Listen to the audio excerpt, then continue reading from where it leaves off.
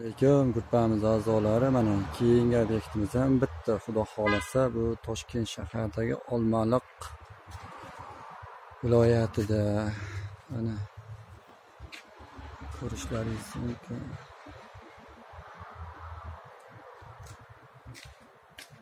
Bu sokollarimiz bir antiqa va ajoyib narsa bo'lib chiqdi.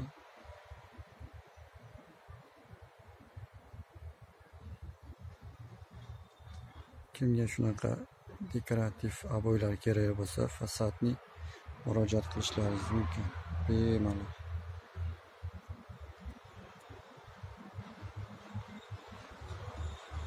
Bu domimizning oldi ko'rinishi Olmaliq.